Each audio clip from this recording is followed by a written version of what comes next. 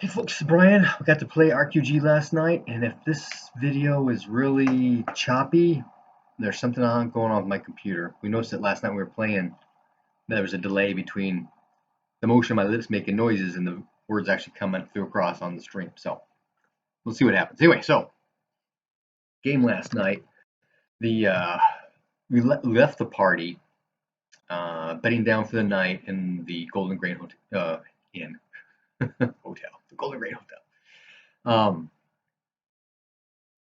There are individuals, we'll call them cultists. There are cultists who are looking at converting these new folks in town. And so they sneak into their rooms at night. Okay, so it's at night. The party was actually drugged with their drinks last night. Not at the chieftain's place, here at the inn. And so the first thing I had everybody do was make Constitution versus Potency rolls. And that's on the resistance roll table. And two of the players failed their rolls. Two of them made it. And my fifth player was absent. Actually, my fourth player was late. He gave me a character sheet so I could take care of this kind of stuff I knew was going to happen up front. So, two players out of the picture, need to worry about them. The other three clubbed in the head. Oh, the missing guy, I had him just miss his saving throw. So he's not to be worried about. So there's only two they need to worry about. How to make power times 3 rolls to see if they, somebody's coming in the room kind of thing. One made it, one missed. The one who missed, I had rolled d6. Okay, it's going to take you that many rounds to orient, get up, and start going. Although now I think about it, it should probably have been a d3 instead of a d6.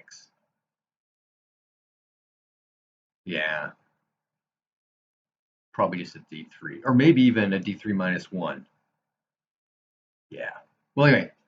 So one's what's going on, trying to wake up, and the other one, there's somebody in the room. They go to attack him. He ends up. This is the monster guy, the Stormbolt Berserker. Punches one of them in the arm. Ends up breaking his arm. So there's a scream, and he goes down. But the other guy's whack whack. The last one actually got him. Thumped him back of the head, using the damage versus hit points to do non-lethal damage, and knocked him out. Then they turn to the one who's waking up, allow her to defend herself. But she failed to do so, doing like a parry with her fist kind of deal. But two of them missed, but the third one got her good and put her down. So the party wakes up the next morning, blindfolded, gagged, hands behind their back, in a cool, dankish kind of room. Arestra tries to do this whole, wiggle around, try to, get free of your bonds kind of thing. The guy pokes her, hey, settle down. No messing up. And there was some discussion, actually I think it was after the session was over, some discussion about, okay, what do you need to do to cast magic? Now, we know with spirit magic you need to have a focus. Do you have to then look at the focus, touch the focus, concentrate on the focus? That kind of stuff has an effect. And my interpretation was that, you need to see the focus. That's why you have your blade sharp focus on your sword, or your not shield. Should be a defense. There's a parry. There's a parry spell, on your shield, or your protection spell on your shield or on your breastplate. Right? Yeah. You just gotta look down. There it is. Cast. But I figure with blindfolding, the gagging, and the hands tied up, they're not gonna be casting any spirit magic. There's some discussion. This I know was afterwards about rune magic, so the whole discussion would have been afterwards. What does it take to cast rune magic? I don't think it takes anything. You're invoking a rune.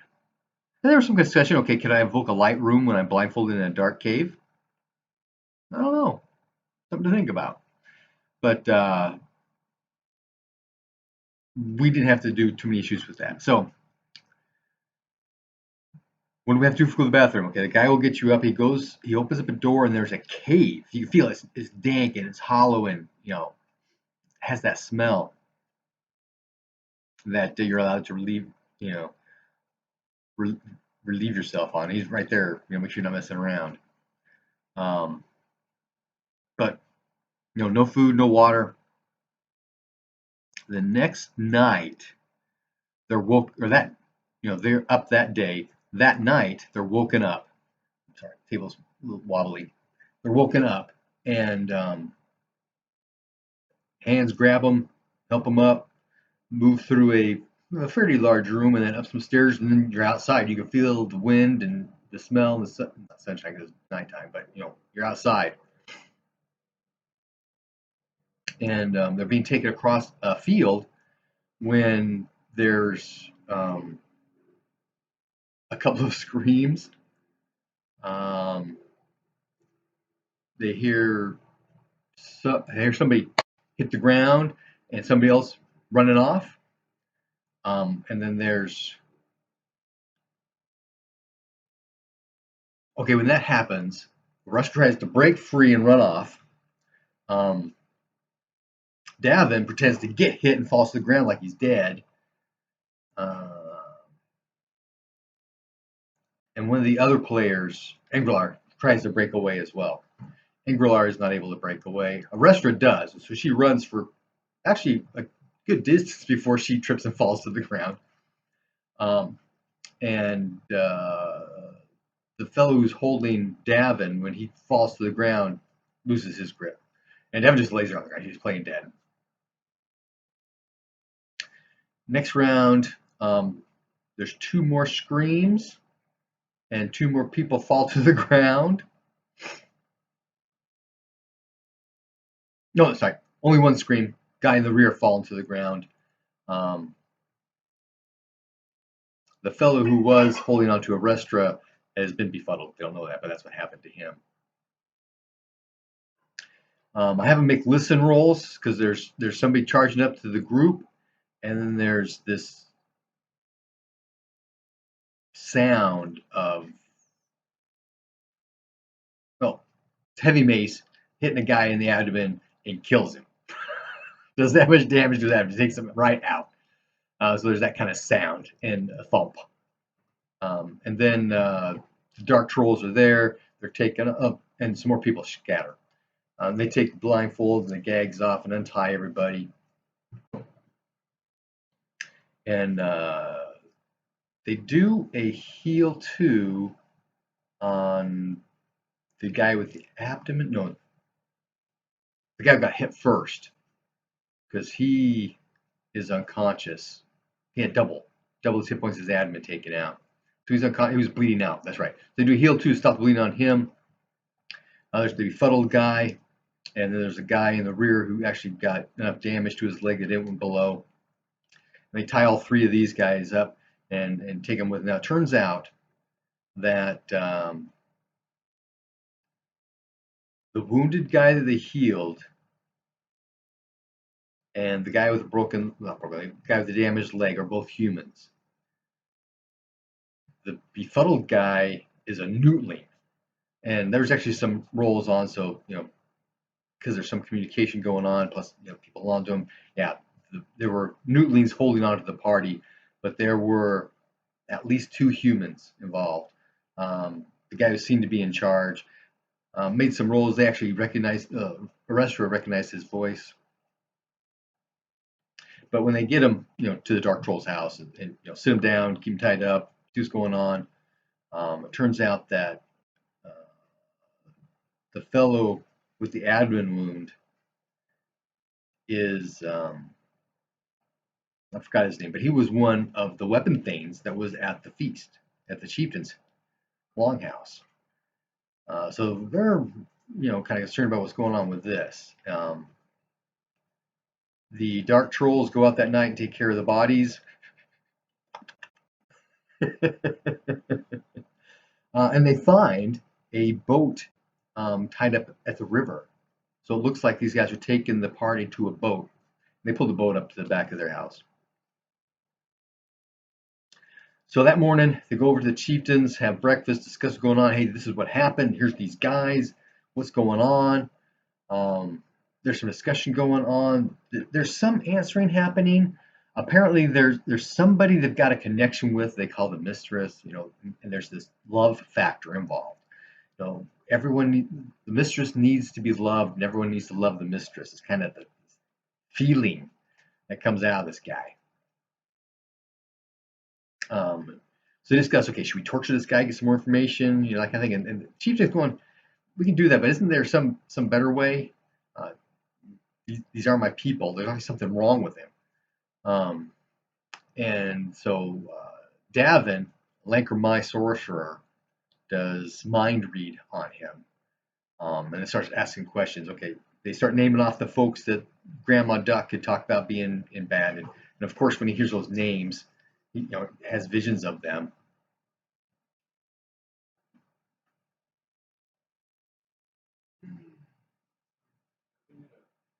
And they start asking some other stuff. They ask about the priestess at the temple and the priest of the temple. And he's seen them before, so he's got visions of them. But then they ask about the mistress, and there's this huge serpent. And we're talking massive, coiling down and around. And, start asking, well, is it like a rattlesnake? Or no, this thing is not like a serpent made huge. This is a huge serpent thing.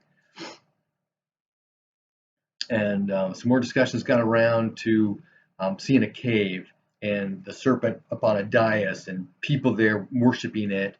And Lars makes a roll, got a critical success on it. So he actually notices the priestess Misha is up front, and the priest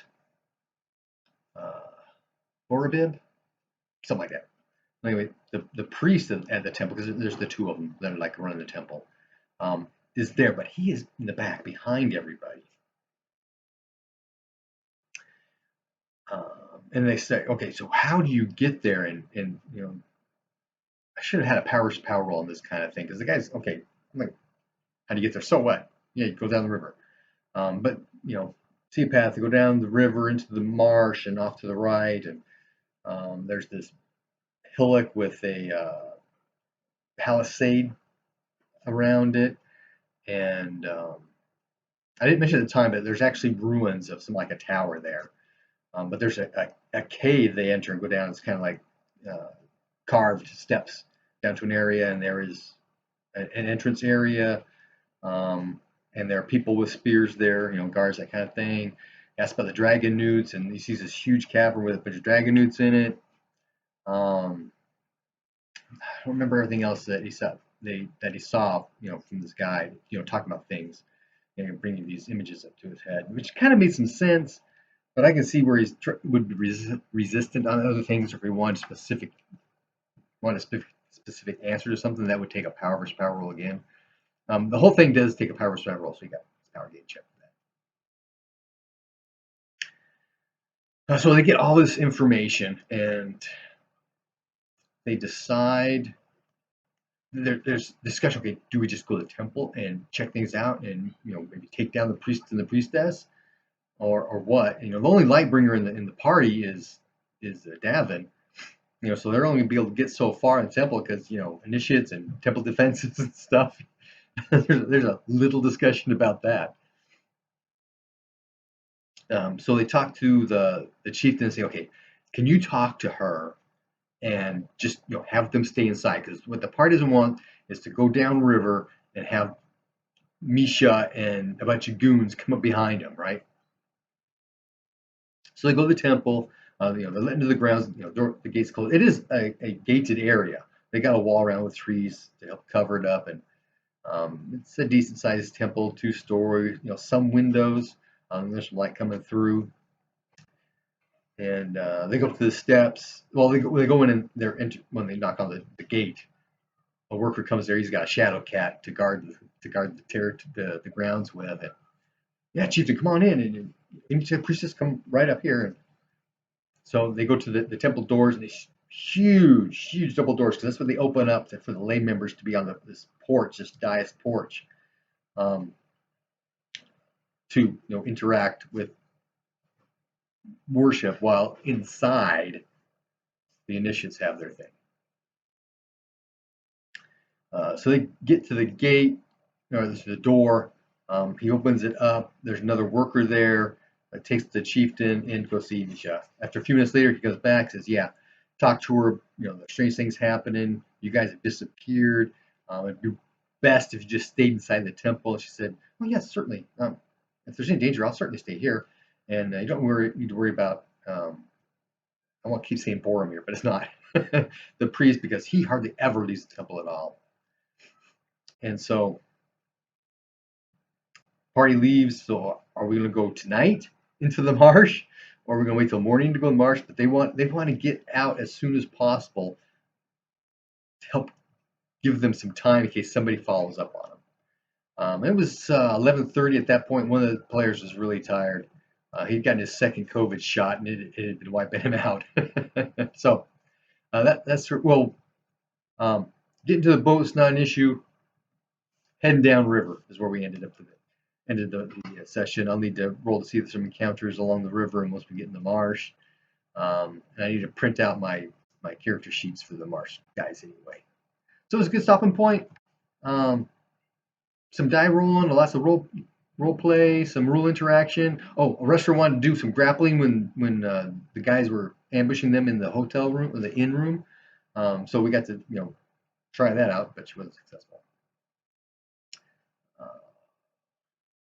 There's this whole in the live plays in the description, and there's kind of a dead spot near the beginning because I'm rolling dice dealing with NPC players or missing players, and with the NPCs and the whole night ambush thing. Okay, what's happening? How many people doing dice rolls, hitting where, that kind of stuff, and all this is going through my head, and all they can hear maybe is the dice rolling. So there's that kind of thing of not really much you can do to just go around unless I just want to fiat it, but I don't want to do that. It's not my style. So anyway, that was my game last night. How was yours? Happy gaming.